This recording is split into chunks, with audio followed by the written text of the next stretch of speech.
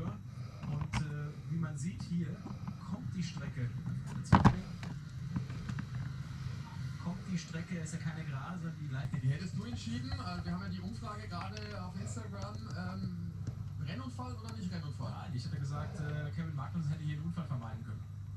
Oh. Meine Sicht der Dinge. Ja, und jetzt sehen wir es aus Joe nochmal. Jetzt sehen wir es nochmal aus der Sicht von New Joe, der da hinten warten muss. Und jetzt sehen wir, Kevin Magnussen ruckelt da auch noch in, das sehen wir das auch nochmal, das sieht man hier ganz gut, mit dem halben Auto schon, über den inneren Körper, der presst sich hier neben Nico Hülkenberg, sieht natürlich da